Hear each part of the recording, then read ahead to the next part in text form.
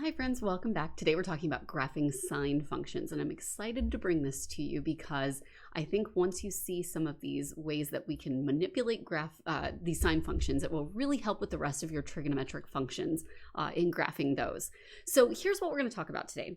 First is this lovely function that I have written here, a times sine b quantity x minus h plus k. Now h and k, those are going to be phase shifts, and we'll talk about those in a later video. For right now, today in this video, we're going to focus on A and B. And your A is going to equal your amplitude, and your B is going to equal your period.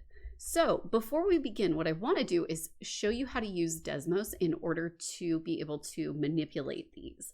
So let me shift my screen right over to here, and we'll say, okay, so when we go here, we're going to go to desmos.com, and we are going to type that in, and in the front, you'll see this graphing calculator. Go ahead and click that button. Now, because we're dealing with trigonometric functions, we're going to want our graph, especially this x-axis, to be in pi. And so the way that we do this, first let's type in our trigonometric function that we want. And I probably should have mentioned this, but back over here, this base graph that we have is y equals sine x. We're going to be manipulating a and b today, as I mentioned, but we aren't going to be doing h and k. However, with all of those, our base graph is y equals sine x. So let's go look at that at Desmos and see what happens. All right, we look at this, we type in y equals sine x. Bam, we get this lovely wave, this sinus function, right? And I'm going to zoom in just a little bit here. Now you can see on this x-axis, it's just our normal 1, 2, 3, 4 graphing. When we're talking about trigonometric functions, you want it to be in terms of pi. So make your life easier and jump out here to this wrench here. And then on the x-axis where it says step, we're going to type the words pi, pi. And then you go right there and look at that. If you can see, I'm going to zoom in a little bit. That's going to get rid of my other side, but you can see now that that is pi. Okay, now with this base function, again, that's y equals sine x. What I want to show you is that we want to manipulate. Let's talk first, I think, about our amplitude, because that might be the easiest part to grasp. So I'm going to unzoom this so you can see the manipulations I'm going to make. I'm going to come over here and I'm going to type in y equals 3 sine. Y equals 3 sine x. So you see the difference is just that there's a 3 in front of this sign. Now let's zoom back in and see what that has done. If you take a look at our graph, now the first graph, it took to go through one full cycle. It started at 0 and it went up and around 2 pi and then down to 2 pi. So for one full cycle, it went to 2 pi.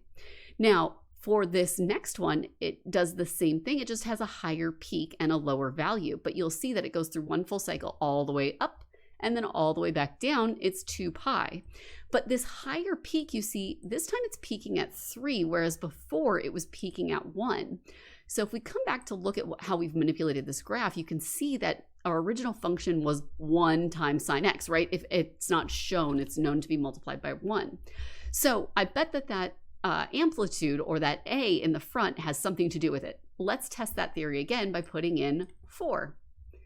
And sure enough, if you see we did 4, we'll zoom back into that so you can see it went all the way up to 4. So that is how our amplitude is manipulated. Notice it's just from the top of the peak to the x-axis, or the bottom of the trough here and up to the x-axis, because it goes down to -4 as well. Let me zoom back out so you can see that.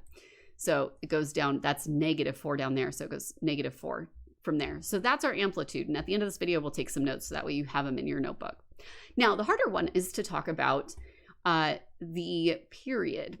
So far what I've shown you is that even though we're messing with the amplitude, it has not extended our period, and our period is one full cycle. So one up and one down, one peak, one valley, and how long it takes to go through that. So let's take a look at some of these, and let me zoom all the way back out here. Okay, so there's our parent graph here, and remember our period is for, that's our b, so that comes after our sine. So if I type this, y equals sine 2x, you'll notice then that it's squished together like this. That's because, and now I'm going to definitely zoom in so you can see this because I love this one. So before, on our parent graph is the red graph. You'll see that red graph goes all the way up to 1 pi, and then it goes all the way down, and it completes the whole cycle at 2 pi. Whereas this green graph goes up 1 and down, and it completes its whole cycle at pi. Okay, so we typed in a 2x, and it's completing its cycle at pi. Let's take a look at what happens when we do 1/2. So let me zoom back out. Okay, so instead of 2x, we're gonna say 1/2x or 0.5x. Either way, it can be decimal or a fraction. All right, so let's zoom back in and see what happens here. And this is gonna be a little tricky. So we see that it goes 1 full up cycle and it goes to 2 pi, and then, but that's not the full cycle, right? We go all the way over and it completes its full cycle at 4 pi. So let's take this into consideration here. So what we have is, when we plug in for our period, when we plug in b equals 2, we ended up with a period of pi. Period of pi. When we plugged in b equals 0.5, we ended up with a period of 4. So how can we figure out, of 4 pi, I'm sorry, there we go. So how can we use our parent graph to figure this out? Well, here's 2 things. So let's talk about these notes then that you'll need.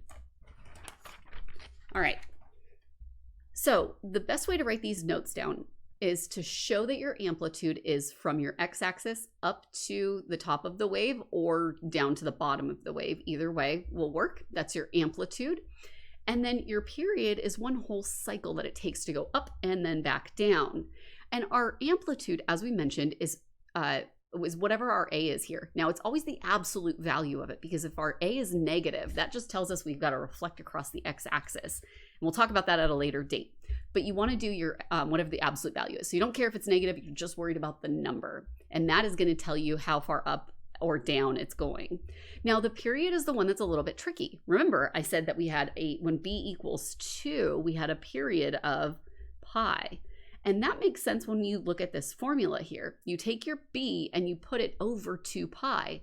So right here, when I had b equals 2, I had my period was 2 pi over 2, which both those 2 cancels out, and I was left with pi, and that's how I got period of pi. Now, when I did 1/2, so b equals 1/2, I had a period of 4 pi. How did that work out?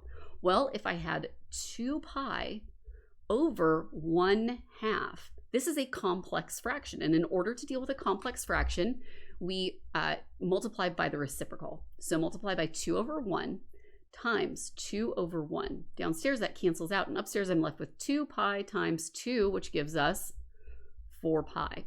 So that is how you can see using Desmos, that's how you can see that your graphs are manipulated for your amplitude and your period. So hopefully this helps make a little bit more sense. We will see you next time.